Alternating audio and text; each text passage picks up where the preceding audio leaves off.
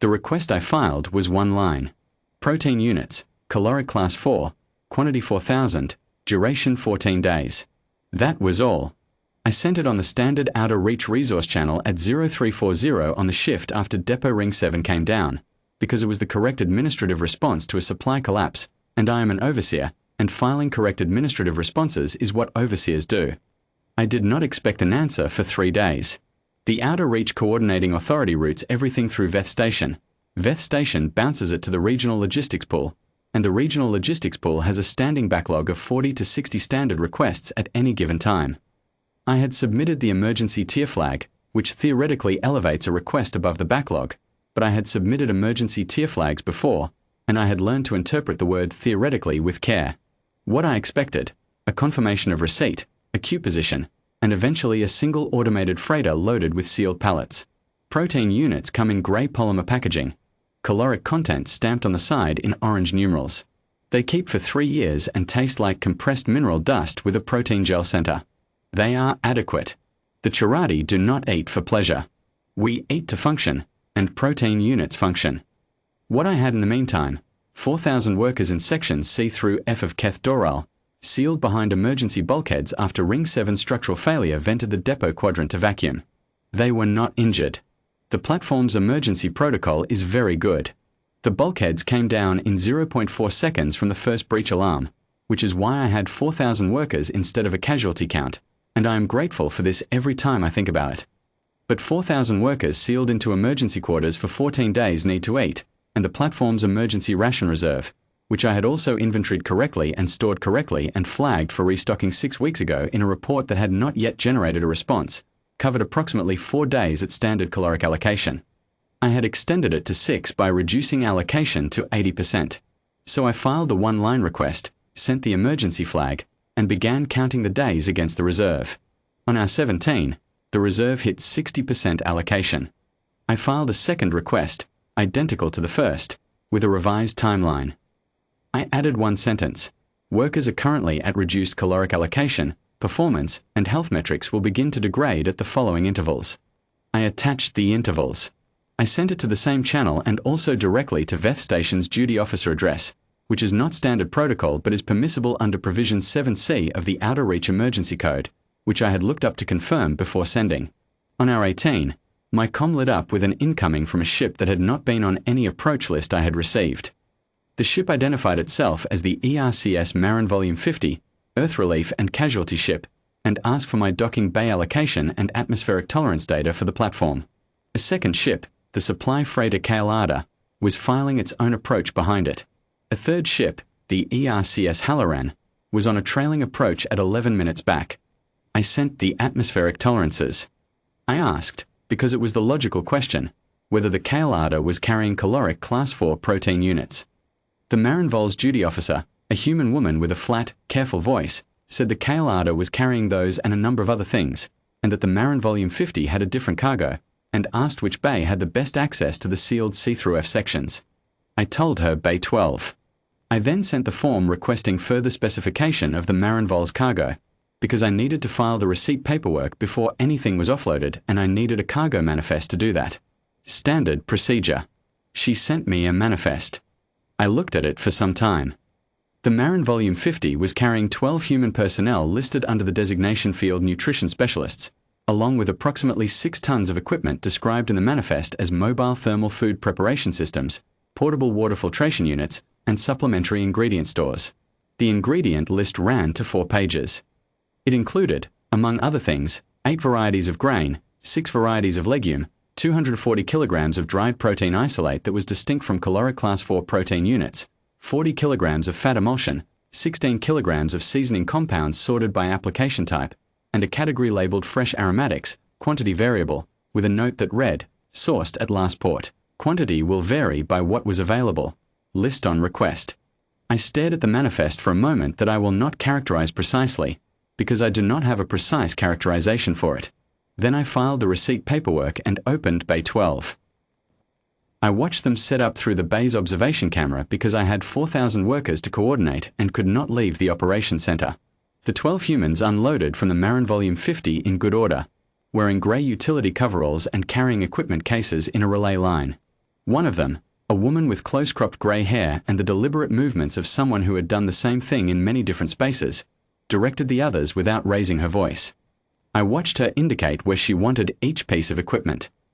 I watched the thermal units go up in a configuration I didn't recognize, not the standard parallel ration line layout, but something more compact, arranged around a central work surface. I watched the water filtration units connect to the platform's secondary water feed. I watched one of the humans, a young man, spend 20 minutes doing nothing visible to one of the thermal units and then nod at the grey-haired woman, who nodded back. I sent a message to the Marin Volume 50 asking how long before they were ready to begin distribution. The grey-haired woman replied herself, on text.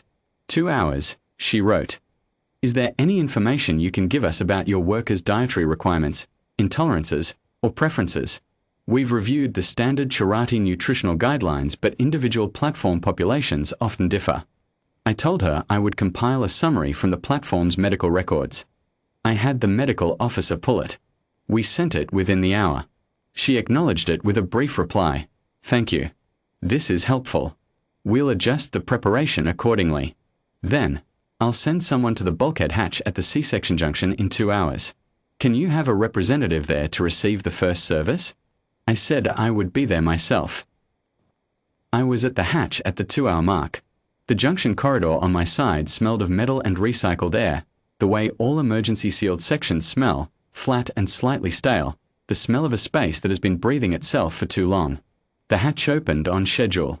On the other side was a young human woman, perhaps the youngest of the 12, with dark eyes and an expression of careful attention. She was holding a container.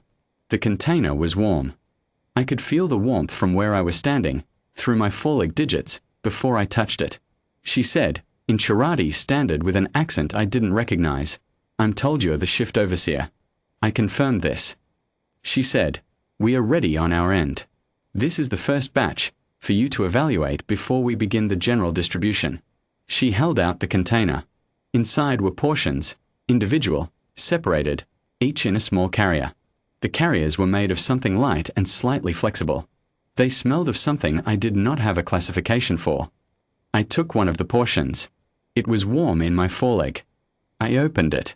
I don't know how to describe what was in the container in a way that would be meaningful to anyone who hasn't spent 6 years eating caloric class 4 protein units and platform ration packs on an outer reach mining installation.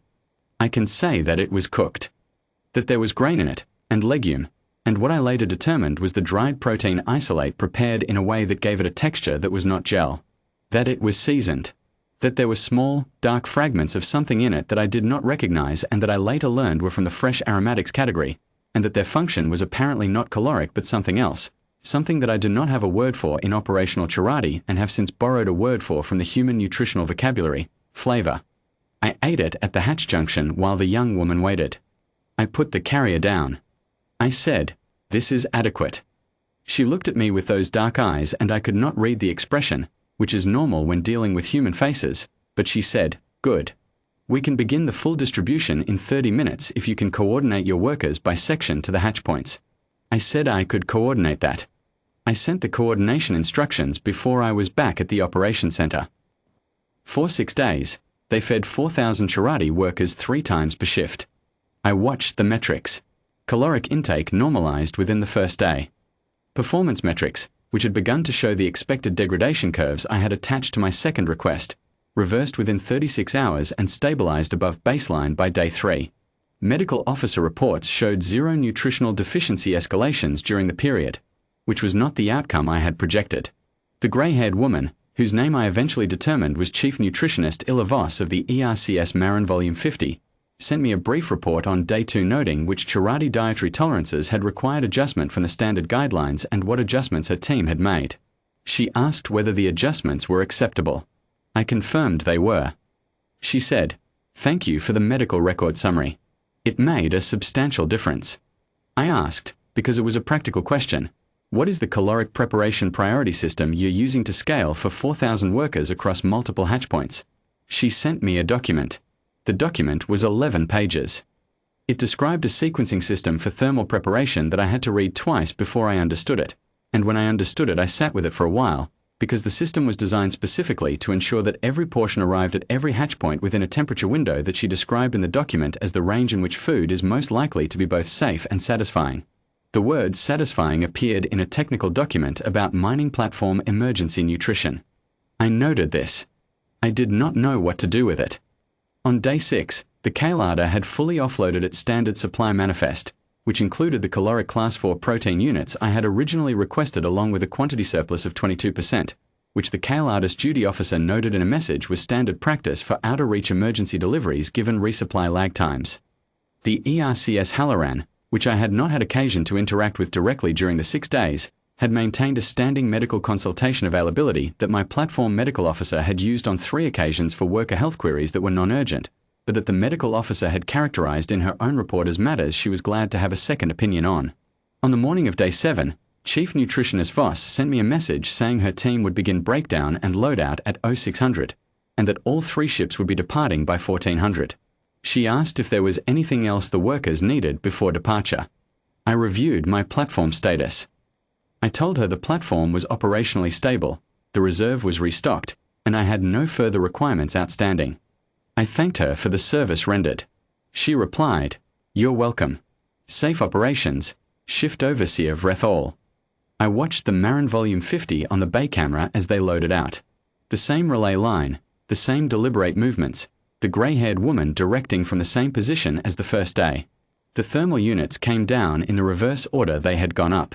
The young woman who had handed me the first container at the hatch junction was in the relay line, passing cases with the same focused attention she'd had at the hatch. She didn't look at the camera. There was no reason she would have. All 3 ships departed at 1347. I filed the resource receipt documentation at 1500. The form has a field for cargo category, a field for quantity received, and a field for item type, which in standard practice I would fill with the phrase caloric class 4 protein units, or with whatever standardized designation applies to the material delivered. For the kale larder, I filled it correctly. Caloric class 4 protein units, quantity as manifested, plus surplus. For the Marin Volume 50, I stared at the item type field for longer than I would like to report. I wrote nourishment. Then I looked at it and crossed it out, because nourishment is not a recognized cargo category in the Outer Reach resource receipt system, and I am an overseer, and I file correct administrative paperwork. I wrote rations. I submitted the form. The crossed-out version doesn't transmit in the standard submission. It remained on my local copy, which I saved to the platform record archive in the normal course of documentation practice. I don't know why I saved it. It is not operationally significant.